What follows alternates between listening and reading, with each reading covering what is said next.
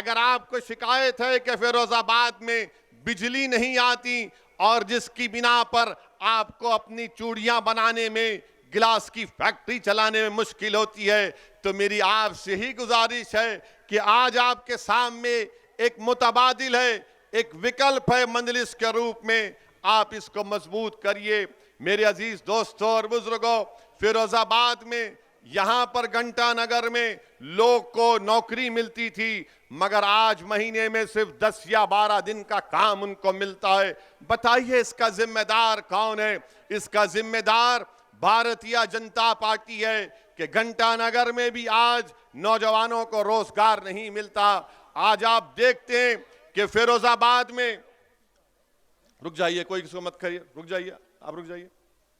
फिरोजाबाद में सब अगस्त सितंबर में बुखार आया तो मीडिया ने लिखा कि 45 से लेकर 200 के दरमियान में मासूम बच्चों की मौत हो गई। इसका जिम्मेदार कौन है? इसका जिम्मेदार बीजेपी की सरकार है। आप बताइए कि टाइफाइड हो जाता है, मलेरिया हो जाता है, क्या क्या हो जाता है। पेड़ के नीचे बच्चों को लिटाकर वहां पर उनको ड्रिप दिया जा रहा था। उत्तर प्रदेश में बीजेपी की सरकार है। अब आप जाकर अगर बाबा से कहेंगे, मुख्यमंत्री से, कि अगस्त सितंबर में 45 और 200 के दरमियान में बच्चों की मौत हुई, तो बाबा बोलेंगे नाम फिरोजाबाद है इसलिए बुखार आ गया। बाबा के दिमाग पर यह नाम को हटाने का बुखार है। मुख्यमंत्री के दिमाग में यह नहीं आता कि बच्चे क्यों मर रहे हैं। बच्चे इसलिए मर रहे हैं क्योंकि बीजेपी की सरकार ने फिरोजाबाद में सिर्फ 17 पब्लिक हेल्थ सेंटर्स कायम किए। डॉक्टर का इंतजाम नहीं है, दवाएं नहीं है, कुछ नहीं है, मगर बाबा कहेंगे कि नाम बदल दो फिरोजाबाद का, बुखार नहीं आएगा, बच्चे नहीं मरेंगे। नाम बदलने से कुछ नहीं होता, काम करना पड़ेगा। मगर जहां कहीं भी नाम फिरोजाबाद होगा, नाम बदल दो, नहीं सुने ठोक दो, नहीं सुने जेल में डाल दो। ये इनकी पॉलिसी रही है। बीजेपी की सरकार पिछले 5 साल में उत्तर प्रदेश में कोई काम नहीं किया, कोई काम नहीं किया। मेरे अजीज दोस्तों और बुजुर्गों, नरेंद्र मोदी की दिल्ली में नीति आयोग ये कहती है कि फिरोजाबाद में 32% गरीब लोग रहते हैं। 32% गरीब लोग फिरोजाबाद में रहते हैं। बताओ आपने क्या किया? आप कहते हैं कि हमने नौकरियां दी। झूठ कहती है बीजेपी की सरकार, योगी की सरकार झूठ कहती है। डेटा बताता है कि 20 और 24 साल के बच्चों में बेरोजगारी में डबल इजाफा हो चुका है। 26 और 29 साल के नौजवान बच्चों में बेरोजगारी का इजाफा हो चुका है। नरेंद्र मोदी के पास इसका कोई जवाब नहीं है। नरेंद्र मोदी सिर्फ एक दिन में 4-4, 5-5 मर्तबा अपने कपड़े पहनकर फोटो खिंचवाते हैं और समझते हैं कि पूरा मसला हल हो चुका है, पूरा मसला हल हो चुका है। आप बताइए, कीमतों में इजाफा हुआ नहीं हुआ? क्या जो कीमतों में इजाफा हुआ आपको उससे तकलीफ नहीं हो रही है? आप चूड़ियों का, गिलास का काम करते, अब गैस पर काम हो रहा है। गैस की कीमतें बढ़ी नहीं बढ़ी? क्या एलपीजी गैस के सिलेंडर की कीमतें बढ़ी नहीं बढ़ी? अब ये सब हम बताएंगे तो बाबा बोलेंगे नहीं, ओवैसी भड़काऊ भाषण दे रहा है। यानी गैस का सिलेंडर 1400-1500 रुपए 14 किलो का, इसकी बात नहीं करेंगे। कितनों को नौकरियां दी बताओ तुमने फिरोजाबाद में? कितनों को नौकरी मिली? हाथ उठाओ। अब जब हम ये सवालात करते हैं तो योगी और मोदी बोलते हैं कि ये भड़काऊ भाषण देता है। गिलास के लिए क्या किया आपने? आप चूड़ियां बनाते हैं, लोग सारी दुनिया में फिरोजाबाद की बनाई हुई चूड़ियां पहनते हैं। शादी होती है तो फिरोजाबाद की चूड़ियां दुल्हन पहनकर अपने घर से निकलती है। मगर इसी फिरोजाबाद में चूड़ी बनाने वालों के घरों को राख का खंडेर बनाकर रख दिया गया, उनकी सेहतों को बर्बाद करके रख दिया गया। जो दूसरों के घरों में खुशी ला रहे हैं, उनका घर आज गम में डूबा हुआ है, क्योंकि उनको बीमारियां उनका मुकद्दर बन चुकी हैं। मेरे अजीज दोस्तों और बुजुर्गों, इन्हीं बातों को समझाने के लिए मैं आपके दरमियान में आया हूं और आपसे अपील करने आया हूं कि आप मुत्तहिदा अपने वोट का इस्तेमाल करिए। और हां, मैं आपको यह भी बताने आया हूं कि मैं एक मुसलमान हूं, मैं एक मुसलमान हूं अल्हम्दुलिल्लाह, और मेरा अकीदा यह है कि अल्लाह मुसलमानों का भी खुदा है, अल्लाह हिंदुओं का भी खुदा है। जो मुसलमान नहीं, अल्लाह सब इंसानियत का खुदा है। अल्लाह रब्बुल आलमीन है, रब्बुल मुस्लिमीन नहीं है। मानते हैं ना इस बात को? आप मानते हैं ना? और मेरा मानना यह है कि अल्लाह इंसाफ करने वाला है, अल्लाह ही इंसाफ करने वाला है ना। हमारा मानना यह कि अल्लाह सुब्हानहू तआला इंसाफ करेगा, अल्लाह सुब्हानहू तआला दुनिया में भी इंसाफ करेंगे। और अल्लाह जब हशर का मैदान खड़ा होगा तो अगर कोई राय बराबर नेकी करेगा तो अल्लाह उसका सिला देगा, कोई राय बराबर गुनाह करेगा तो उसका अल्लाह के पास उसको जवाब देना है। ये मेरा अकीदा है। अब आप बोलेंगे संविधान में ये कहां से है? बीजेपी के लोग बोलते संविधान में कहां से आया? संविधान में जिसको बाबा साहिब अंबेडकर ने बनाया, उसका प्रियम्बल में लिखा हुआ है liberty of thought and religion, यानी आजादगी, मुझे अपने मजहब पर, उसकी अकीदे पर चलने का इख्तियार दिया गया है। तो जब हम ये बात करते हैं तो बोलते हैं देखो ओवैसी भड़काऊ भाषण दिया। मैं नरेंद्र मोदी से पूछना चाहता हूं, आप देश के प्रधानमंत्री हैं, अरे कानपुर की 45 मिनट की मेरी तकरीर आपको सिर्फ 45 सेकंड दिखे उसमें, और वो भी झूठ। मोदी और योगी को, असदुद्दीन ओवैसी को दिखाना पड़ रहा है झूठ के लिए। अरे सच्चाई का नाम असदुद्दीन ओवैसी है, याद रखो, मोदी और योगी। और हम क्या बोले उसमें, क्या बोले उसमें? पहले तो चोरी से झूठा वीडियो डाले, जब उसके बाद हमने पूरा वीडियो डाला तो पूरे गैब सन्नाटा। हम बोले चलाओ, बताओ इसमें हमने क्या किया। हमारा अकीदा ये, मेरा फेथ ये है कि हमने कुरान करीम में पढ़ा, हमने बुजुर्गों और नेक बंदों के पैरों के पास उलमाओं की सोबत में बैठकर सुना। क्या सुना हमने? कि फिरौन था ना फिरौन, फिरौन हार गया ना मूसा के सामने, हारा ना फिरौन। तो हम क्या बोलते कि फिरौन की हार हक की जीत है ना? फिरौन की हार हक की जीत है। नमरूद हजरत इब्राहिम के आगे खत्म हो गया, तो हम क्या बोलते? सच्चाई की कामयाबी है, नहीं है? हम नहीं कहते कि नमरूद की नाकामी सच्चाई की कामयाबी है। क्या हम ये नहीं बोलते कि करबला में इमाम हुसैन ने अपनी गर्दन कटाई मगर यजीद हार गया? क्या हम नहीं कहते ये बात को? अब जब मेरा अकीदा ये है, आपके पेट में दर्द क्यों हो रहा है? ये कह रहे हैं कि ओवैसी को नहीं कहना चाहिए था, ओवैसी को यह कहना चाहिए था कि फिरौन जीत गया, नमरूद जीत गया, खुदा ना खास्ता यजीद जीत गया। अरे दुनिया जब तक कायम अल्लाह रखेगा, हमेशा वक्त का फिरौन हारेगा, वक्त का नमरूद हारेगा, वक्त का यजीद हारेगा। अब मीडिया वाले सोच रहे होंगे अब कैसा पकड़े उसको, कैसा पकड़े इसको? नहीं पकड़ सकते। मेरा अकीदा है, आप मूसा को मत मानो, आप फिरौन को मानो तो आप फिरौनी, आप इब्राहिम को मत मानो तो आप नमरूदी, आप हुसैन को नहीं मानो तो आप यजीदी।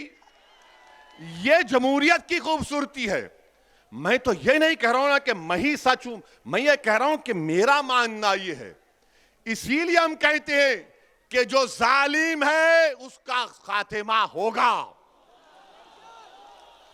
हो सकता कि मेरे जिंदगी में ना हो, मेरे बच्चों की जिंदगी में हो जाएगा।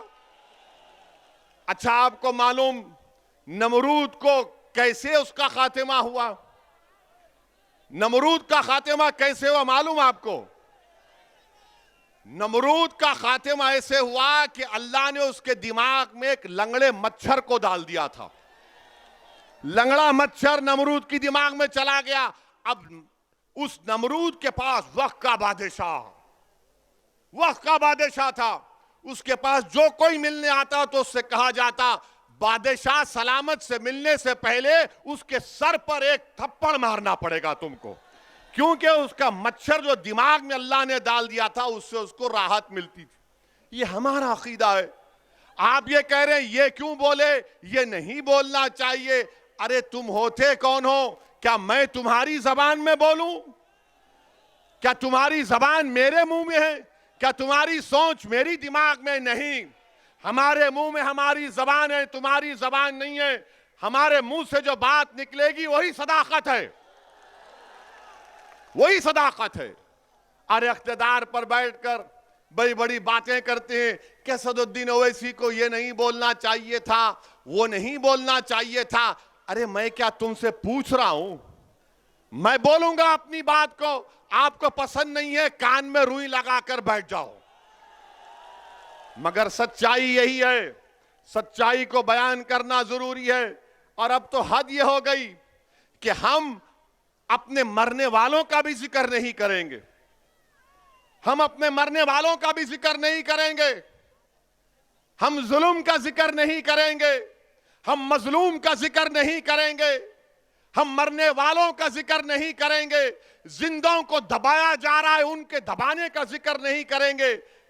बीजेपी और ये तमाम सेकुलर जहन रखने वाली पार्टियां ये चाहती हैं कि असदुद्दीन ओवैसी जालिम का साथ दें। याद रखो, अल्लाह जब तक जिंदा रखेगा असदुद्दीन ओवैसी और मजलिस का एक एक रुकन जालिम का नहीं मजलूम का साथ देंगे। जब तक अल्लाह हमको जिंदा रखेगा हम कातिल का नहीं मकतूल के इंसाफ के लिए लड़ते रहेंगे। हम कातिलों का साथ नहीं देंगे, मकतूलों का साथ देंगे। हम ताकतवरों का साथ नहीं कमजोरों का साथ देंगे। और हमारी आंखों में जो सबसे कमजोर है वो हमारी नाकों में सबसे ताकतवर है। अगर जुल्म मुसलमान किसी हिंदू पर करेगा हम उस हिंदू का साथ देंगे, मजहब को बीच में आने नहीं देंगे। जुल्म को देखेंगे, जालिम को पहचानेंगे। ये बात इनको जब समझ में नहीं आती, ये समझते हैं कि हम आके बाजा बजा दें इनका, मोदी का, योगी का, अखिलेश का, कांग्रेस का। अरे तुम्हारा बाजा नहीं बजाएंगे। अब हम बात करेंगे हिस्सेदारी की। कानपुर की तकरीर पर बड़ा उछाला, क्या किया, क्या कहा मैंने? एक 80 साल के बूढ़े को उसकी दाढ़ी को लोचा गया और उसके जिस्म पर पेशाब कर दिया गया। मैं ना जिक्र करूं इसका, नहीं बोलो इसकी बात, बोलो आप फैसला करो। मैं वोट हासिल करने के लिए नहीं कह रहा हूं। 80 साल का बूढ़ा अगर हिंदू भी होता तो वैसे ही लड़ता, उसके लिए लड़ता रहेगा। मगर आप बात ही नहीं करते, आप बोलते ही नहीं। अब तो ऐसा बना दिया जा रहा है कि हम अपने जुल्म का, अपने कमजोरों का भी जिक्र ना करें। मेरे अजीज दोस्तों और बुजुर्गों, यहां पर मैं आप तमाम के दरमियान में खड़े होकर अल्लाह से दुआ करता हूं। अब हम दुआ भी कर रहे हैं तो इनको पसंद नहीं आ रहा बीजेपी के लोगों को। कैसे दुआ कर रहा है ये? दुआ करना है, आप आमीन बोलो मत बोलो, अल्लाह सुनने वाला है। मैं अल्लाह से दुआ करता हूं कि CAA NRC का जो एहतजाज यहां पर आपने किया, आप तमाम लोग काबिल मुबारकबाद है, मैं आपको सलाम करता हूं। अल्लाह आपकी इन तमाम कुर्बानियों को अल्लाह कबूल करे। आपने बड़े मसाइब और मुश्किलात में उस एहतजाज को किया। अल्लाह आपकी एक एक कुर्बानी को अल्लाह कबूल करे और अल्लाह आप तमाम के दर्जात में बुलंदियां अता फरमाए।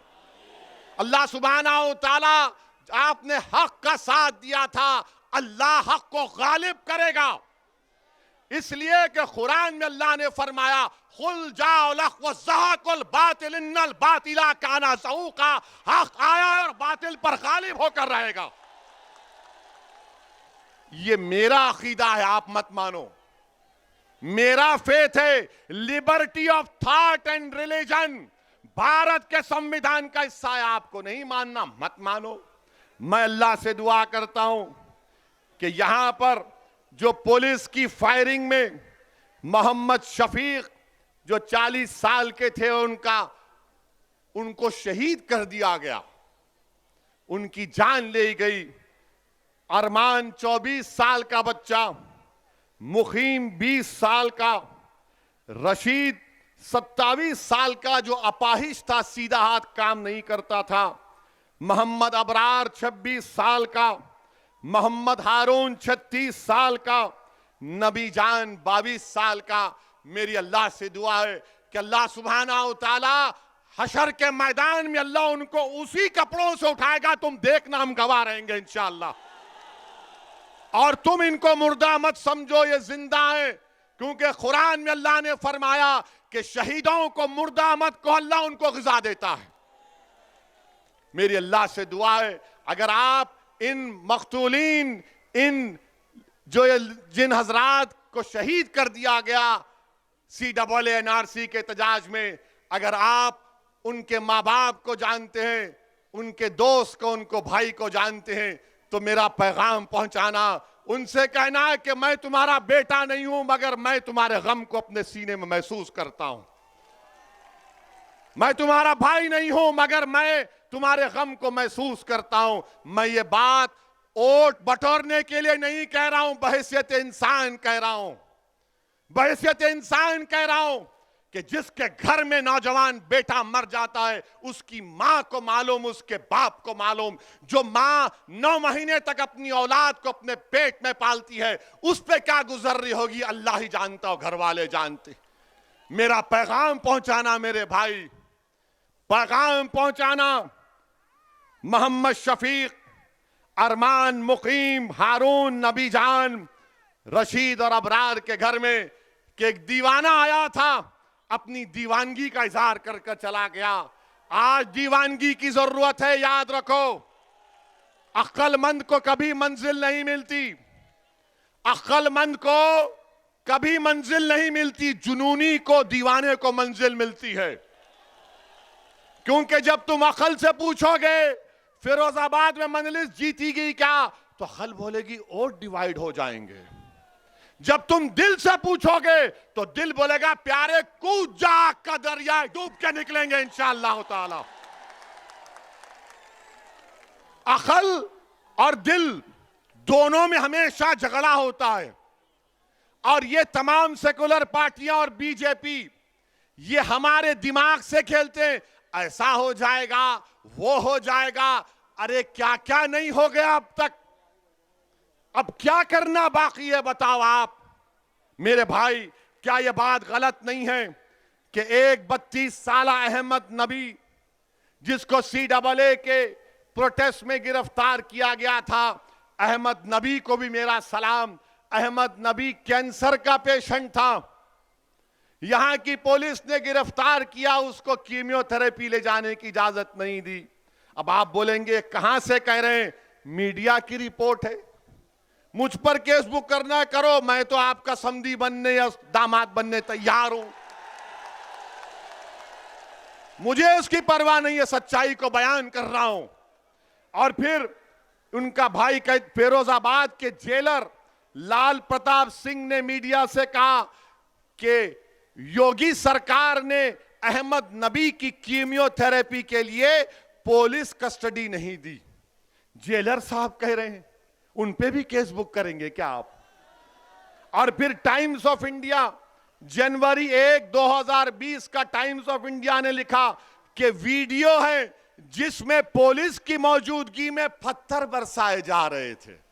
योगी बोलेंगे नहीं, पत्थर नहीं, फूल बरसा रहे थे।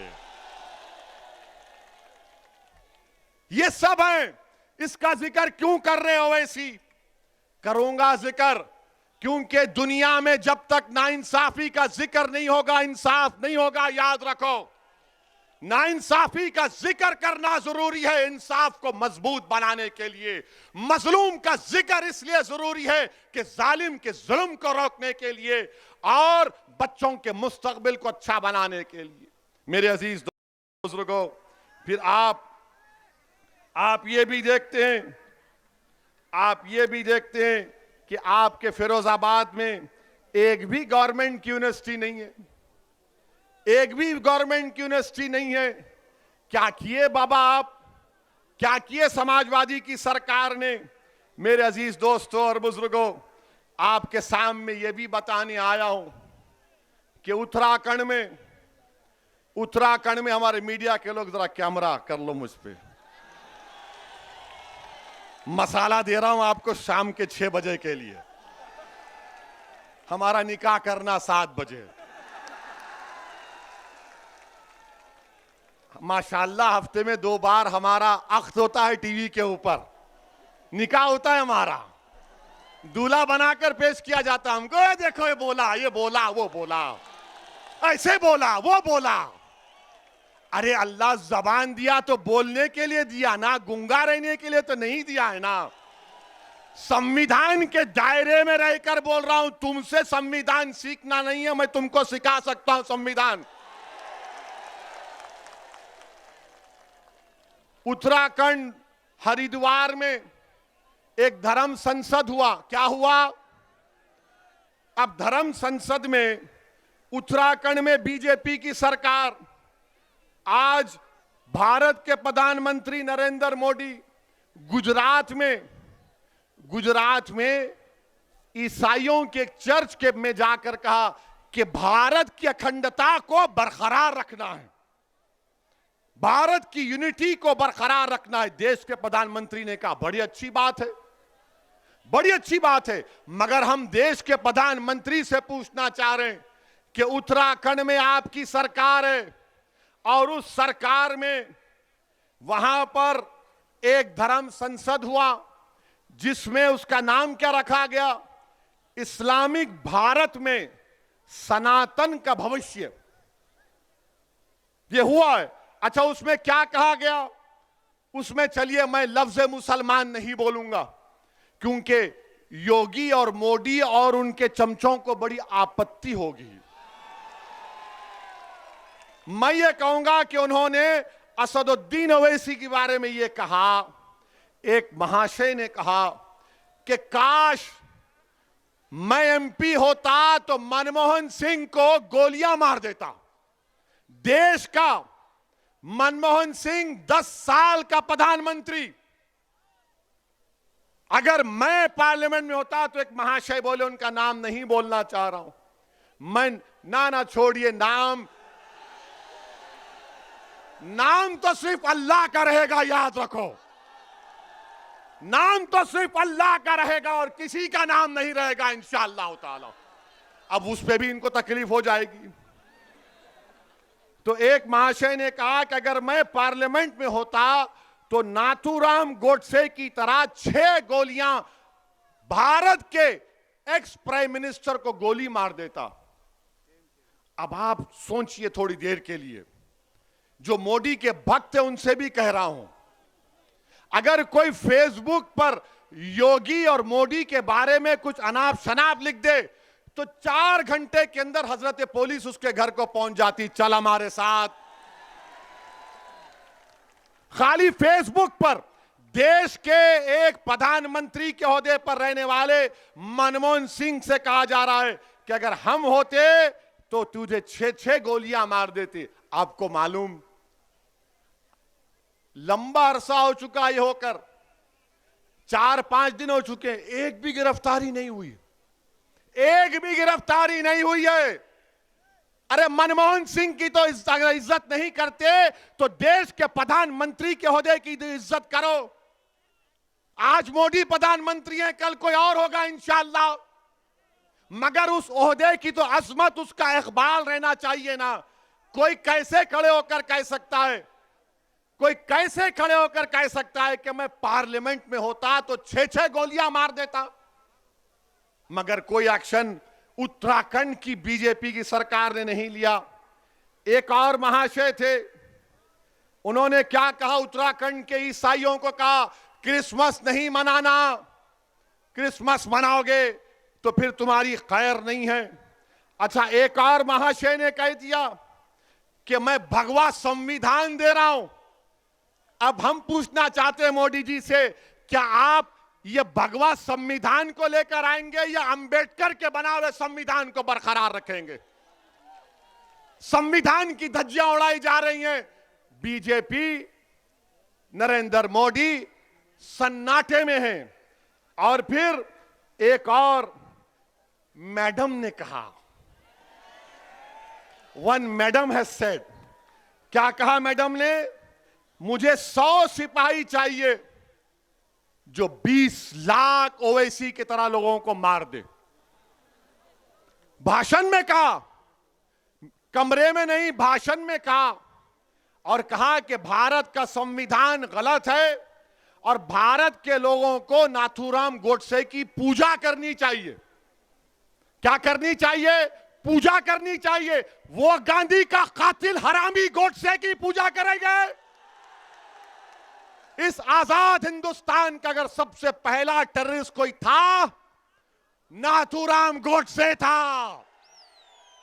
और मैडम बोल रही हैं उसकी पूजा करनी चाहिए। अच्छा, एक और महाशय बोले, क्या बोले हैं कि आप वो अपील कर रहे हैं, अपने हिंदू भाइयों से कह रहे हैं, मुझे यकीन है कि हिंदू भाई उसका नहीं मानेंगे, कह रहे हैं कि हथियार उठा लो ताकि 2029 में कोई मुसलमान प्रधानमंत्री ना बन जाए। और फिर वही एक और साहब कह रहे हैं कि जिस तरह म्यांमार में रोहिंग्या मुसलमानों को उनके मुल्क से निकाल दिया गया, उसी तरह मुसलमानों से उस तरह का हशर करना चाहिए। कोई मुकदमा नहीं, कोई गिरफ्तारी नहीं।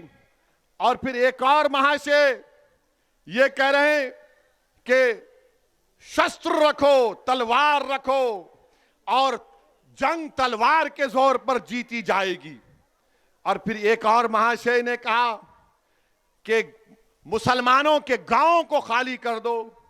और एक और महाशय ने कहा कि जब तुम हमारी इस धर्म संसद से जाओगे तो ये इरादा करके जाओ कि किसी को नहीं छोड़ा जाएगा, रोहिंग्या मुसलमानों की तरह भारत के मुसलमानों का हशर कर दिया जाएगा। मैं नरेंद्र मोदी से एक सवाल कर रहा हूं, आपने गुजरात में आज कहा कि देश की यूनिटी को, अखंडता को बरकरार रखना चाहिए। बताओ, देश के प्रधानमंत्री, आप मेरे भी प्रधानमंत्री हैं, आप देश के प्रधानमंत्री हैं, आपने भारत के संविधान पर हल्फ लेकर भारत के तमाम नागरिकों की हिफाजत का जिम्मा आपने लिया है। बताओ क्या आप इनकी बातों से मुत्तफिक हैं? अगर नहीं है तो फिर ये खुले क्यों घूम रहे हैं? और बाबा ये बताओ, ठोक दो, क्या करोगे तुम अब? ये धर्म संसद में इस तरह की बकवास कही गई और वहां के डीजीपी साहब कहते हैं अनलॉफुल एक्टिविटीज प्रिवेंशन एक्ट नहीं लगेगा। डीजीपी साहब, हमको भी थोड़ा कानून आता है, आपकी तरह नहीं आता होगा, मगर भारत का कानून यह है कि जब भारत की आर्मी से कह रहे हैं लोग मुसलमानों को मार दो, तो क्या आप 121A का दफा नहीं लगा सकते? क्यों नहीं लगाया आपने, मेरा एक सवाल। और फिर आप 124A लग सकता है, धमकी 503 लग सकता है, आर्म्स एक्ट लग सकता है, और फिर आप सेक्शन 108 अबेटमेंट लग सकता है। और अगर यूएपीए नहीं लग सकता तो झूठ, यूएपीए में आप इन तमाम ऑर्गेनाइजेशन को बैन करो इनको, जो मनमोहन सिंह को मारने की धमकी दे रहे हैं, जो मुसलमानों को, भारत के मुसलमानों को, रोहिंग्या मुसलमानों का हाल करना चाहते। कुछ एक्शन बीजेपी नहीं लेगी। मेरे अजीज दोस्तों और बुजुर्गों, ये इस तरह की बातें ये लोग कर रहे हैं और बीजेपी के लोग ओवैसी की 45 सेकंड की तकरीर पे पेट में दर्द हो जाता है। आप सोचिए, नहीं ये जज्बात में लाने के लिए नहीं कह रहा हूं, याद रखिए ये अंग्रेजी में बोलते ना, नहीं ये फ्रिंज है, ये फ्रिंज नहीं, ये मेन एलिमेंट है। जो बीजेपी इनकी सरपरस्ती कर रही है, बीजेपी इनकी तायीद कर रही है, संघ परिवार इनकी सरपरस्ती कर रही है, और इस तरह के बुरे ख्यालात इनके हैं। अब बताओ आप कि एक मजहब के मानने वालों को, जो भारत के बाइज्जत शहरी हैं, अकलियत हैं, अल्पसंख्यक हैं, माइनॉरिटी हैं, उनको मारने की बातें हो रही हैं और कोई केस, कोई गिरफ्तारी अब तक नहीं होती। अच्छा, अब सवाल यह पैदा होता है कि क्या अखिलेश यादव की पार्टी ने इनके खिलाफ कंप्लेन की? उत्तराखंड में भी समाजवादी है, कांग्रेस इलेक्शन लड़ने जा रही है, क्या कांग्रेस ने कंप्लेन दी? किसने दी? मजलिस इत्तेहादुल मुस्लिमीन के डॉक्टर नैयर कासमी ने जाकर कंप्लेन दी। क्यों कंप्लेन नहीं दी समाजवादी और कांग्रेस ने? तो बोलेंगे वो वोट नहीं मिलेगा हमको, वो वोट नहीं मिलेगा हमको। अरे तुम वोट की क्यों बात कर रहे? देश को बचाओ। जब देश बचेगा तो जमहूरियत रहेगी। ये देश में अनार्की पैदा करना चाह रहे हैं, मगर समाजवादी कुछ नहीं बोलेगी, कांग्रेस कुछ नहीं बोलेगी, और क्या बोलेगी? ये ओवैसी का भड़काऊ भाषण होता है, ये भड़काऊ भाषण देता है। मैं एक एक लफ्ज को सच्चाई के साथ बयान कर रहा हूं, एक एक लफ्ज को सच्चाई के साथ आपके सामने बयान किया हूं। और जब मैं ये कहता हूं कि याद रखो, ये अंधेरी रात लंबी रहने वाली है, ये अंधेरी रात लंबी रहने वाली है, मैं आपसे अपील कर रहा हूं कि मुत्तहिद हो जाओ, अपनी इत्तेहाद की ताकत पर तुम शमा जलाओ, तुम रोशनी फैलाओ, ये अंधेरा छट जाएगा तुम्हारी इत्तेहाद की ताकत पर। मजलिस के मुखालिफिन मुझे फोन करके धमकी देते हैं कि ओवैसी तू उत्तर प्रदेश में तुझे खाक में मिला देंगे, ओवैसी तुझे उत्तर प्रदेश में जला देंगे। तो सुनो, मैं तुमसे कह रहा हूं, तुम मुझे जलाओगे भी, तुम मुझे खाक में डालोगे, मेरा जलना कई घरों को रोशन कर देगा इंशाअल्लाह ताला। मैं रोशन करना चाहता हूं। मुझे जाना है इस दुनिया से एक दिन। मुझे डर इस बात का है, मैं गुनाहगार हूं, सियाकार हूं, और अल्लाह जानता है ओवैसी क्या है। मुझे डर सिर्फ इस बात का होता है कि अल्लाह के सामने जब हम सब खड़े होंगे, ओवैसी क्या जवाब देगा? हशर का मैदान होगा, शाफ़े रोज़े जज़ा मोहम्मद मुस्तफ़ा सल्लल्लाहु अलैहि वसल्लम भी होंगे, क्या सहाबाए किराम होंगे, सैयदुल शुहदा अमीर हमजा होंगे, फारूक आजम होंगे, सिद्दीक अकबर होंगे, उस्मान जुल्नूरैन होंगे, शेर खुदा अली होंगे, हसन और हुसैन होंगे, हमारी अज़वाज मुतहरात सल्लल्लाहु अलैहि वसल्लम होंगी, गरीब नवाज होंगे, सब होंगे। तो हम क्या नजर मिलाऊंगा मैं? यही चीज डराती है मुझे, इसीलिए छोटी सी कोशिश कर रहा हूं। मुझे मालूम कि मैं अददी एतबार से, दौलत के एतबार से इन ताकतों से मुकाबला कोई बोलेगा नहीं कर सकते। मेरे पास एक ही ताकत है, वो अल्लाह की जात पर तवक्कल करके हम मुकाबला करते। मुझे आप पे ऊपर एतमाद है, मुझे आपकी मोहब्बतों पर एतमाद है, मुझे आपकी सोच पर एतमाद है, और आप में अब जो जो तब्दीली पैदा हो रही है, मुझे उस पर पूरा यकीन है कि लड़ाई हिस्सेदारी की लड़ाई होगी इंशाअल्लाह ताला। आपने नहीं देखा कि परसों अलीगढ़ में क्या हुआ? अलीगढ़ में समाजवादी का जलसा हुआ, समाजवादी का जलसा हुआ। जयंत चौधरी साहब खड़े हैं, अलीगढ़ का 10 साल का एमएलए, उसका नाम क्या है? जमीरुद्दीन, जमीरुल्लाह। अब हाथ पकड़ो, हाथ पकड़ो।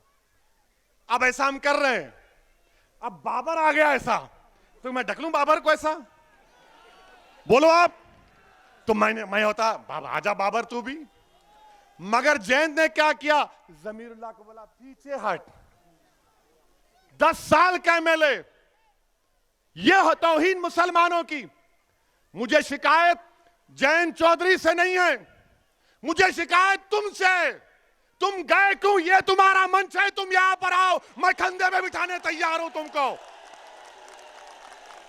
आओ जमीरुल्लाह, यहां बैठो। तुम नेता बन जाओ, मेरी लाश पर बनो, मेरी खबर बना दो, मगर तुम नेता बन जाओ एक बार। मुझे शिकायत इनसे नहीं है, शिकायत अपनों से है। तुम कब तक दरी बिछाओगे? मुसलमान उत्तर प्रदेश के कब तक दरी बिछाएंगे? अब तुम दरी नहीं बिछाना, तुम मंच पर आकर बैठोगे इंशाअल्लाह। तुम हिस्सेदारी की लड़ाई लड़ोगे मुसलमानों उत्तर प्रदेश के। और याद रखो, अरे जिंदा है, जिंदा ही रहेंगे इंशाअल्लाह ताला। सुबह क़यामत तक जिंदा रहेंगे। रसूलुल्लाह सल्लल्लाहु अलैहि वसल्लम की उम्मत जिंदा रहेगी।